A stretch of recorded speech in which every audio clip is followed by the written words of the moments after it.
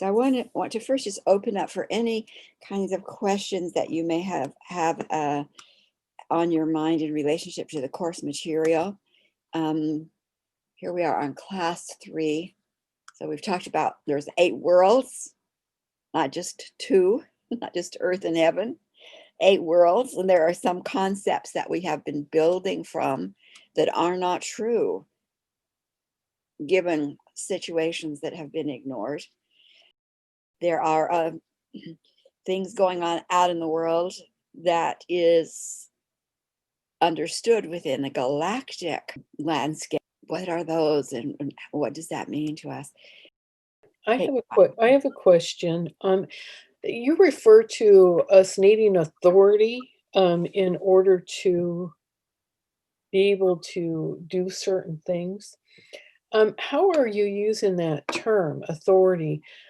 Because if we are God-given, have God-given rights, my thinking is that we would be already gifted that authority just because we're here and helping and doing our thing and all that. And that's a very good question. Very good question. In the model that we've been given, we've been told that there is a heaven where God exists and we're all good. And then there's earth, which is kind of a testing ground.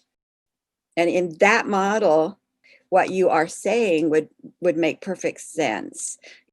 If we are expressions of godness, don't we already have authority? And that's an example of how what is true is also totally contaminated. We have really been caused to forget what I'll call the contamination. So the truth is, we come, and again, I'm going to go to the galactic picture. So here we are in home, up here at the top. I define home or source. That is an energy field of intelligence. It's vibrational, it's qualities, it's everywhere present like air, and it has no agenda other than being all good. Now, some people would say that's God, but that isn't God, because we put a personality on God. We put an agenda on God. We make this God into some kind of personification of personality that we understand from the physical world. What I'm speaking of is energy that is everywhere present, all qualities of good, intelligent, creativity, harmonics that are good, that are balanced, but it has no agenda. There is not a personality there. But there are all consciousnesses there. We exist there as our life spark, whether you call it a consciousness or a soul, and we exist in the group, in the whole of the group. There's no individualization there. But we are at choice. Those consciousnesses are at choice. And as ideas and possibilities and harmonics flow through that field, we can and did make a choice to attach ourselves to something that drew our interest. So I'm going to start here with this Divine Family 1, and it's the same with all the others. This Divine Family 1 became a group that we call the first family number 1, because they all the consciousnesses who grouped around this agenda of curiosity. And if we use colors to represent the possibilities within source, we say this family wanted to know, what was it like to be green? What was it like to be red? What was it like to be yellow? What was it like to be purple? What was it like to be, you see, they were curious. They wanted to have a little bit of more direct experience of all the possibilities. So they were very curious. And at some point, and that all happened, like we'll say they kept going to town meetings around that possibility in that home of source, until there was enough, and whatever enough means, I don't know, but until there was a choice made that they were ready now to go out on the journey they were going to then birth or extend from home with an agenda. Now, here's where agendas come into play. Home has no agenda. It just isness. It is isness. So each of these groups that are now coming together for Earth experience, up here they weren't together. They had their own beginning. They had their own reason for birthing.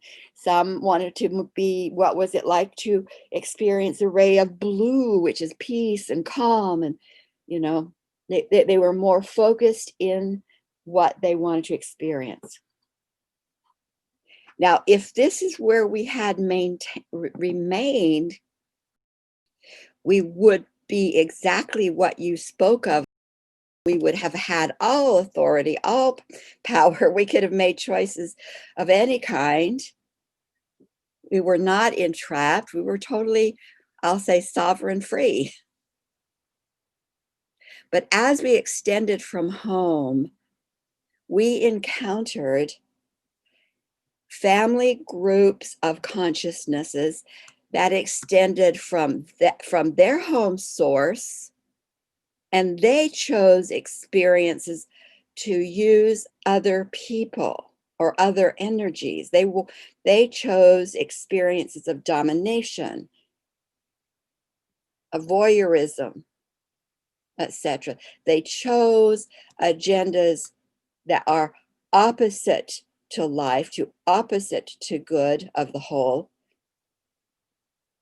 And we begin to encounter them. So here in the first world, and this is the world of that first family, the family of curiosity. They've been on this trail longer, and they have had more damage done to them than the others. But the damage pretty soon rippled into all of this collective.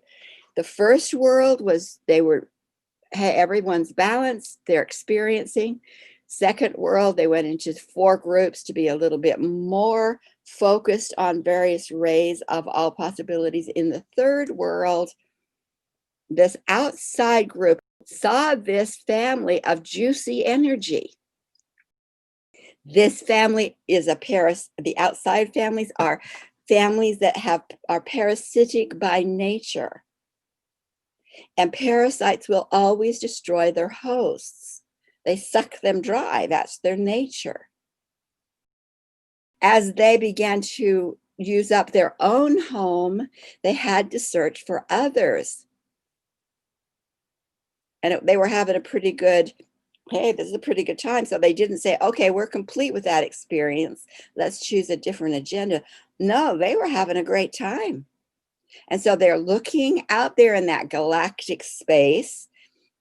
I would say, the Laniakea space. They were looking for other life forms that they could attach themselves to. And here is a really juicy life form. So how do we get in? Because there's boundaries there. When you're healthy and when you're strong and when you're clear, your boundaries reflect that.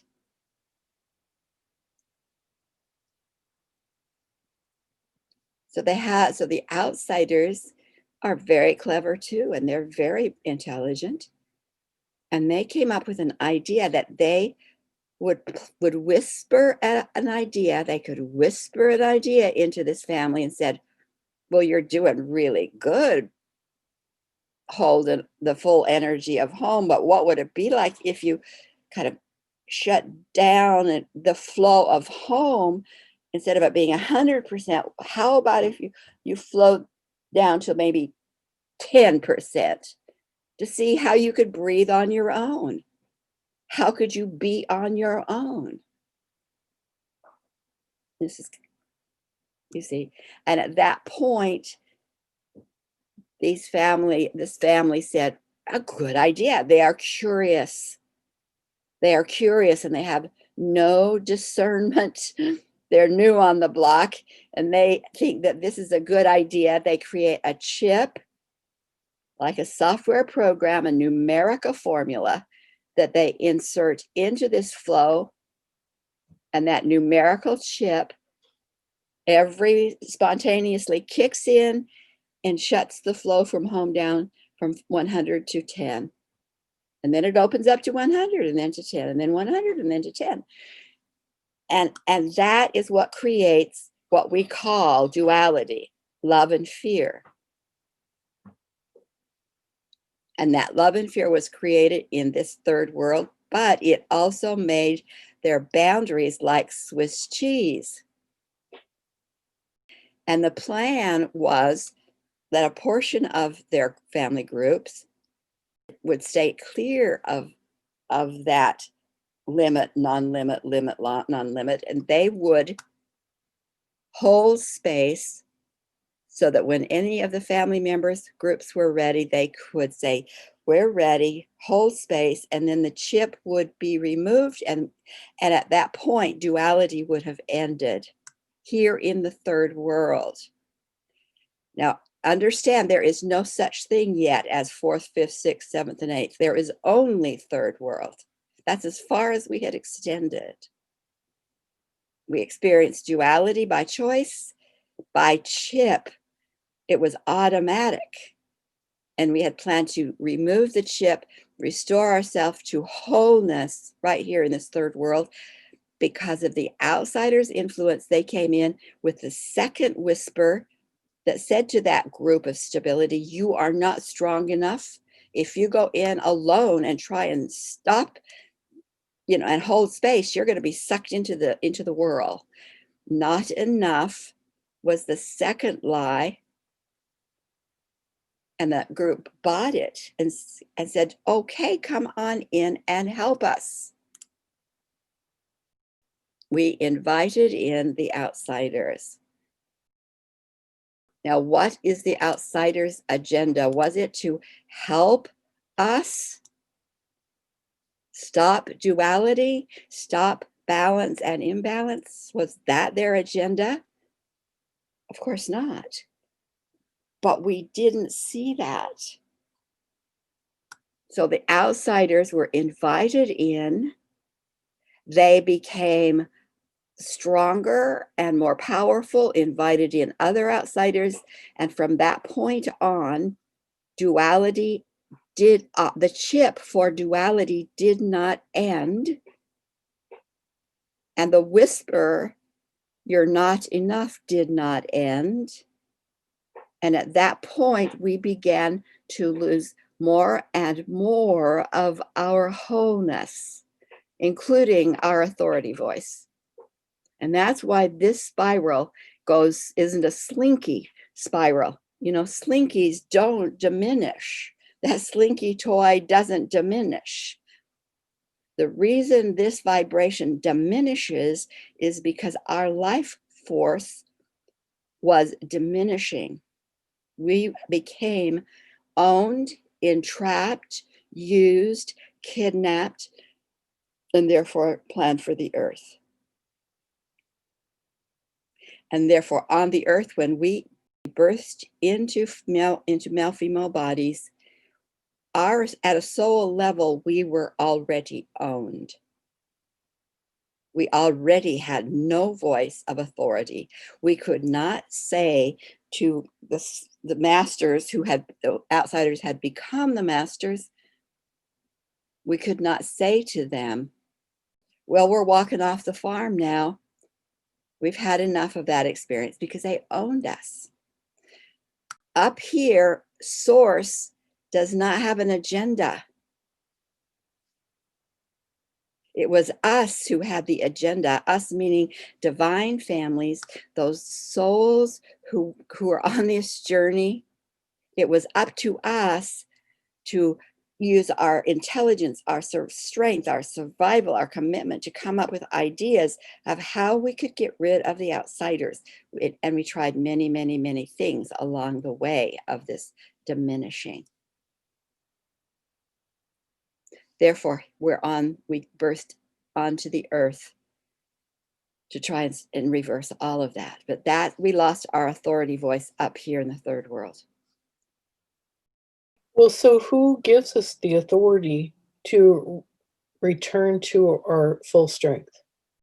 What had to happen, the law of this planet and the Earth mission plan was all about how to take back the authority. And that is why we have male-female bodysuits. And we are very ingenious. And the Earth plan was all about that, getting the authority and then losing it again. And now how do we get it back in our day and time? Yeah, I like to share something. All along the way, if I speak for myself, all along the way, I knew always that there was something wrong, something missing, or something adjusted, which was not mine. Let us call it that way. And just as a child already, speaking truth was punished. See, because I saw things others didn't see. So when you speak truth and then you learn, then you get this imprint that when I speak truth, there's going to be a punishment right after. And now I can see that all these so-called reactions, punishments, were nothing more than a reaction of the outsider energies. We have lived on this planet because most of us relate only to this planet, and we don't relate. We're studying history or archaeology, except we relate to mainly what's going on as far back as we can remember. But we have lived in systemic domination cultures almost from the beginning of this planet, because the outsiders, their energy came with us onto the planet. They owned us as slaves. We did their bidding, they used our energy, they used our production in those worlds, whatever that was, because we weren't formed. It wasn't like coal and silver, but they used our energy for fuel, for food, who knows, but they used us. And they were part of our life stream, and they were part of the breath we were. We had invited them in, they had now anchored in, they had devised us. I mean, we were owned. So as we came onto the planet, they knew that their lackeys, their slaves, were now moving to another new place that they would own also. With their agendas, they were here. Their agendas is to own, to enslave, to use, to be voyeuristic, to be violent, to have no purpose but just to be mean. It's like that's who they are. And they have not been exposed. And there's a really interesting book by Napoleon Hill called Outwitting the Devil. And Napoleon Hill got, he had his times of quiet meditation. He didn't get all of his information by interviewing high-powered executives. He also had his quiet moments of listening within. And he encountered this being who started to talk to him about how this world was structured. And it's exactly the parasitic voice. It is no different than the voice I have heard and probably many others have heard. And he had a conversation, many conversations, because his book is about that thick, Outwitting the Devil. He wrote it in 1930. Now, so here's this voice. He's asking questions. He's getting answers. He's writing it down.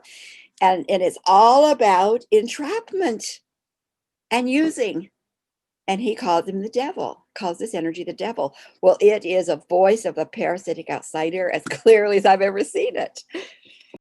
When he wrote it, he showed the manuscript when it was finished to his wife, because he said to this being, I'm going to expose you. I am going to expose you. I mean, Napoleon Hill's now an author. People know of him. He's going to expose him. And this being laughed and said, you'll be crucified because I own the world. I own the religions. I own the politics. I own the churches. I own everything. So you try to expose me, you're the one that's going to be destroyed. So go ahead, give it a try. And he's not threatening. He owns everything. And his wife read the manuscript and she said, "You will not publish this in my lifetime. In other words, you won't expose anybody while I'm around." And then he died. She died. It's now a manuscript in the foundation, Napoleon Hill Foundation.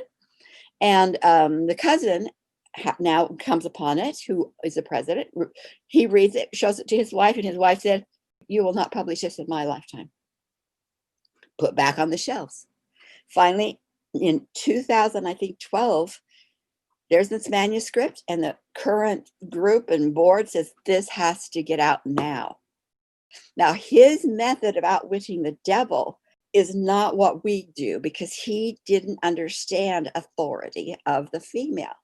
He talked to the parasitic, exposed a lot about that. What we have that's unique, when I say we, is you and I, and those of us who are understanding this galactic information that the ancient ones gave me. We understand it differently.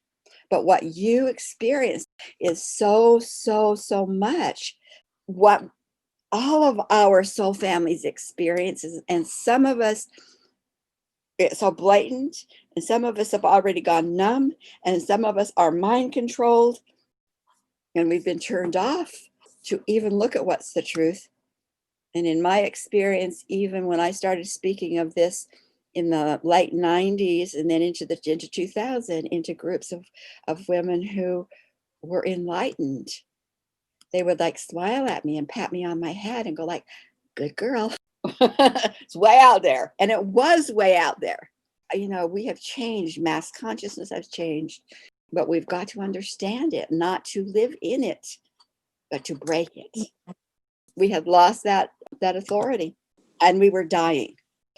And so that's where the plan to have an earth on which energy could be made visible or tactile, or we could see it, because they are so sneaky. I mean, they could shape shift. In the galactic world, it's just energy. I thought, well, if we have an earth, and then we didn't call it earth, we have the next platform that's going to be a platform that will make their energy slow it down so that we can discern it, so it can't hide. Law of manifestation. We must have a way to quickly identify and speak with authority. So we're not going to do group consensus, which is what we do in the other world. So personal choice. On this planet, changes are made by the person in a physical bodysuit asking. Ask and you'll receive. That was really great. But, you know, how do we have authority? Because they owned us. It was like they had monitoring chips. They had a way to monitor us. It's like having a chip in your hand.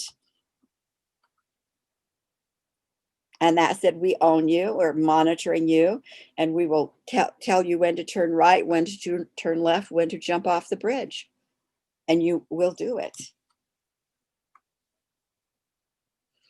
And we knew that to be on that hardened energy, slowed energy, our soul essence would have to have a vehicle, because it's too fast. So therefore, a earth body, like a moon suit. We have this is an earth suit. And so we designed this. This is how this suit would work. The soul seated in the suit moves it around for the journey. If we're going to have one suit, and every soul comes in with their ownership mark and their survival and their scars, why don't we create two suits? And every soul that comes into the second suit will have given their ownership contract or mark or chip to a soul coming into the first suit. So we have suit 1 with 2 ownership marks, suit 2 with no ownership marks. The purpose of what we call male female is not procreation, it's authority. So the plan then was, we're not male female in those other worlds. We are soul consciousnesses, intelligence, beings of creativity. There's no male female. Intention for this planet was to once and for all get rid of the outside energies. And in order to do that, we had to have authority to speak. In order to have authority to speak, you had to be out from under their contracts. You give that contract, mark, chip, paper over here with someone who's willing to carry two. Now, that doesn't really increase their burden. The flow has got to continue, and we can't just throw them away. It had to continue. So the soul coming into one of the bodysuits would be owned. A better way to say it is they would remain owned. That flow of ownership had to come. If we were to extend it, had to continue. So one would be owned. There would be one bodysuit, soul in a one bodysuit who was not owned. So her mission, and we call it her, him now. So the male mission was to let the outsiders think their slaves were just extending to try a different plot of ground. He was a decoy, appearing to just expand onto another plot of ground. That's not what we were doing, but he gave the appearance that we were just trying a different plot of ground. The soul in the female bodies was a very different assignment, and it was to step into power of authority to remove outsiders. They each had a bodysuit, an earth suit, and the earth suit was programmed uniquely for the mission. The wiring or DNA of the bodysuits were to allow the mission to unfold. So that the female bodysuits, the souls in the female bodysuit are invisible? Yes. The observation from one student was right on, correct. We have to first learn that as the females to be able to recognize this energy. We need help to get rid of them. A good segue. What I just said was the physical bodysuit of each of the bodies was programmed, had an automatic program, a wiring that would have allowed their mission to unfold. And that was in the original bodysuit. The first three chakras for a soul in a male body was the causal chakra. The causal is where he meets with the team at a soul level, like control central. How's it going? Have we got things in place? Have we got our contract? Everything. Look over the plan. Causal chakra. What was the plan? Yes, it's good. Okay, then. Incarnation. And the next power center to activate was the crown chakra. High vibration.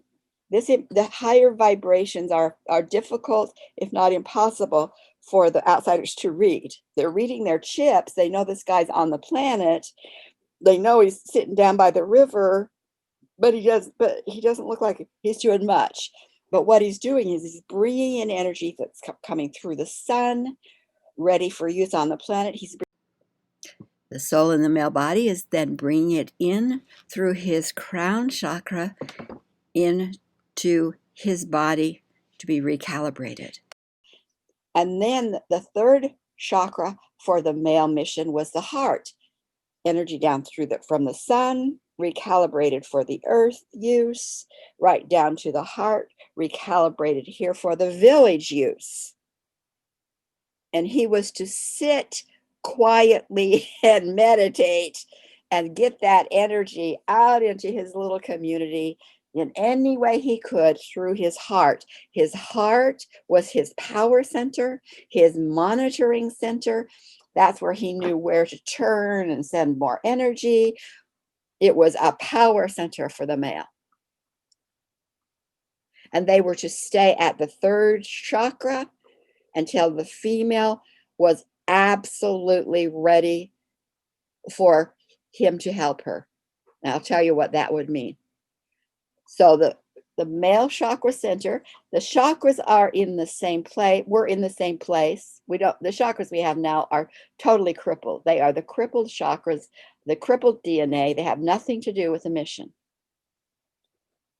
The first three chakras for the male bodysuit is A, causal, everything's on go, crown, all possibility, bringing it in through the sun, sending it out to the heart. Where does that energy need to flow?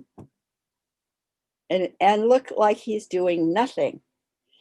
And those parasitics monitoring that body and that soul, it looked like he was just doing nothing, a lackey.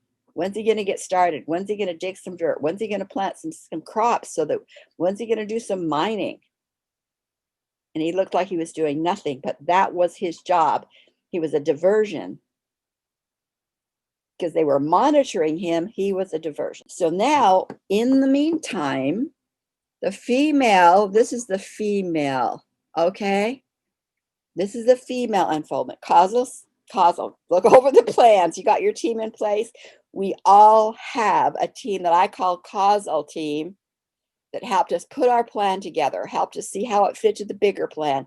Is it on go? I mean, we have this team of trusted beings that helped us make the plan, came with us onto the planet, and walks with us right through life. And as we make our transition, they are there to move us into the next phase. That's how it was designed. So here's the female doing the causal thing. Now she is invisible, so she can go right down into the densest frequencies and land right on Earth, activating the feet onto the earth. From the feet onto the earth, rooting into the Gaia herself. Mother Earth is like the mothership of resources, of conversations, of planning. All of that goes on in Gaia is what goes on with our trees. Plants, probably the same thing. A lot of communication going on. How can we support, and where do we need more flow? And all of that went on within Gaia. But Gaia was our place as women, as those in female bodysuits, to build connection, to expand the love, to expand the creativity, to find the delight, totally unseen. We were invisible, not because we hid, because we were not monitored. Now, the third chakra is the base. Okay, let's come up and look. Let's start walking around the planet. Let's take the village. Let's go on some walkabouts here and some walkabouts there. What do we need? Because we have to have a way to be stable on the planet. We had to have a place for the mission force to have food, water, clothing, whatever we needed. This is a new place. And this base chakra, what do we need and want in order to thrive? That was female. Nobody of the outsiders knew that was going on. So the design was put in place. Each village, the women in each village, and there was more than one, came up with a plan of what they would need. They designed, what are the values, what do we have? How do we want to treat each other? How do we want to interact with each other? What do we need in order to keep these bodies well? And they were still connected to their causal team. They designed the cultures of the village. They designed the gardens of the village. They danced then into that creative chakra, which is a creative chakra. It wasn't a sexual chakra. We were not going to have babies. We were going to have a mission fulfillment. We weren't going to bring more babies onto this planet under the rulership. The creative chakra. We sang, we danced, awake plants and trees and gardens and relationships, and we did the lush garden. Now, once we had the experience of this is what it's like to be on the planet, we have the intelligence, the love, the support of other sisters. We have designed and figured out what we want and need in our village. So we are the council. We are the ones setting policy. We are the leaders, might I say. And we've created it. We've brought it into fruition. And if we needed some posts dug or trees moved, we could signal to those guys in strong bodysuits and they can do work, but we cannot be seen communicating to them. Communications have to be through our causal, through our higher vibrations. That's what keeps us invisible. So we're not down there walking, along the riverbank with our male components. There's a distance energetically. Now, the next power center is what is critical. And I'm going to use the Garden of Eden story because Garden of Eden story is like a myth of what happened, but it happened like 300,000 years ago, where the Garden of Eden story was captured maybe 3,000 years ago. So it's a myth, but it reflects a truth. So here we are, we're walking in the garden, and who appears but the holder of this most important power center, the power center of wisdom and discernment, Sophia, the ancient teacher of wisdom. And she says, it's time to activate this part of your mission. This was the most critical part of our mission, discernment. And in the Garden of Eden story, they use the symbol serpent. Serpent is a symbol of wisdom in ancient mythology. So now this power center is activated, and we meaning females, are now said, okay, now it's time for you to taste the fruit of the tree. What tree? The knowledge that there is good being manifested and there is evil being manifested.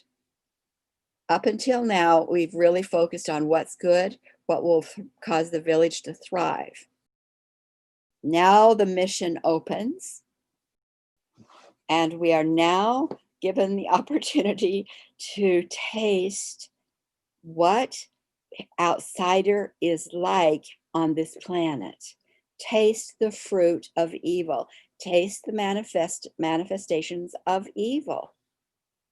Now, at this point, the male is still at the third chakra. He cannot move past the third chakra safely, you see. Because if the outsiders see him start to either interact with female or start to create, they will come in and they will take his creations and begin co-opting them into systemic domination culture. So here we have the solar plexus, the knowledge that good and evil are here. Because evil exists, the female can say yes or no. And when she says no, not in my village, not in my family, not in any place of the galactic worlds, when she speaks that word, the outsiders have no way to say no. She is in authority.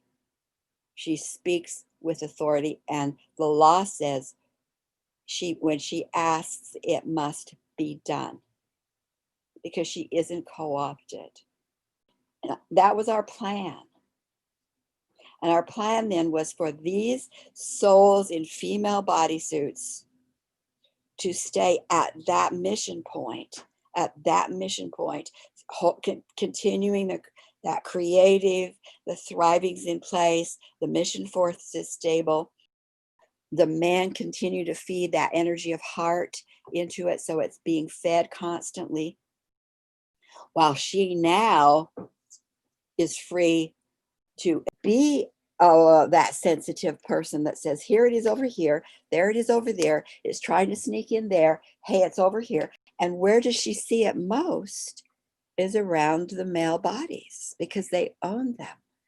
So she can see them, she can sense them, she can speak her word, And the law says they will be removed. That had been going on until about 300,000 years ago. So we started that. And then what happened?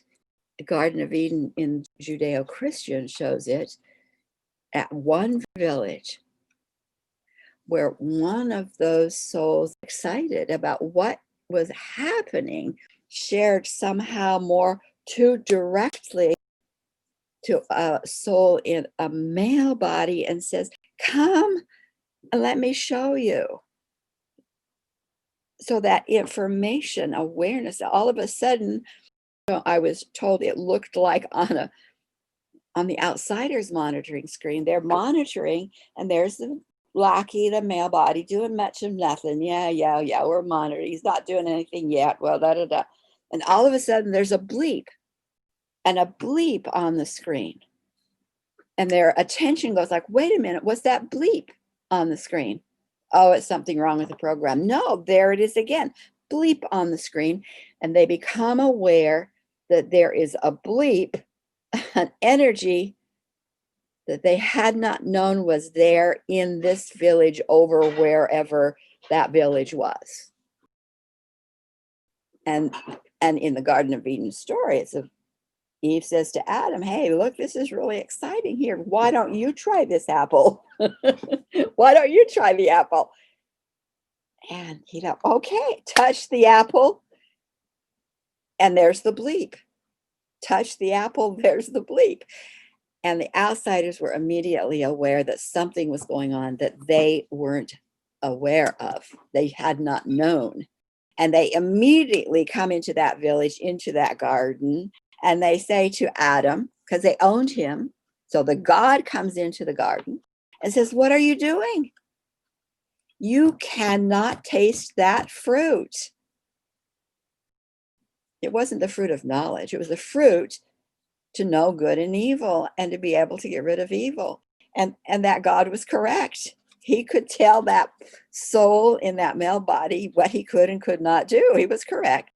The God of Adam was a parasitic outsider family group. Eve, theoretically, we'll call that Eve, could have at that point stepped between the energy that was the God that had power over Adam, could have stepped between and said, stop, I know who you are. But the old whisper of the outsiders came back and said, you're not enough, you're not enough, you're not enough. You're kind of new, you're just learning this. Why don't you just go along for a while? And she bought that whisper again. You're not enough. And so instead of stepping between the two and saying, I know who you are, I can feel your energies, out of here, she thought, I'm going to go along until I get stronger, and then I will step up. So I'm not going to say anything right now. And that was the end of the mission, because what the outsiders immediately did is, as they scanned the bodysuits, they saw what was going on. They did not own the female body, but she was going along by choice. And they immediately crippled this wiring. The men were disconnected from their heart. They have not lost their emotionality because mothers are, crippled them. No, the wiring was disconnected from the heart, and the women were disconnected from the discernment solar plexus and told, oh, no, you're just too sensitive. That means nothing. No, you're just too sensitive. And they plugged a woman into her heart without having discernment. She was to serve, she was to nurture, and she was not in any way to use the power of discernment and call out what was not healthy.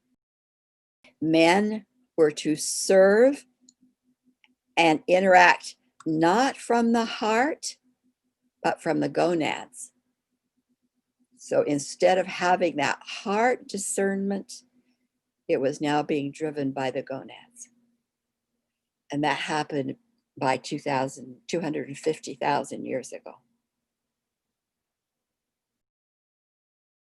So when I asked in 89, What's the cause of our entrapment, constantly cycling in pain? I want to go to the cause and change it. Where can I go to learn that? And my team says it's not being done that way on the planet. If that's what you want to do, we will have to teach you, because we have to restore information. Information's not even on the planet. And immediately, one of the very first things they said to me is, you have to understand that there isn't just one, there isn't just two worlds, heaven and earth. There are 8. The entrapment happened in the third world, and that's where we have to go to unweave it. And that's what's been going on very strongly since 2000. That is a portion of the basic 4-week course called Galactic 101. In order to be part of that unweaving, correction, removing of outsiders, dismantling of systemic domination, this information is what you need. It takes any kind of growth, of awareness, of personal healing into a level of deep transformative shift, literally moving out of one matrix of entrapment and jumping the reality onto the galactic landscape, which includes your purpose, Earth's purpose, and restoration to our divine star families. I invite you to consider joining us. Blessings.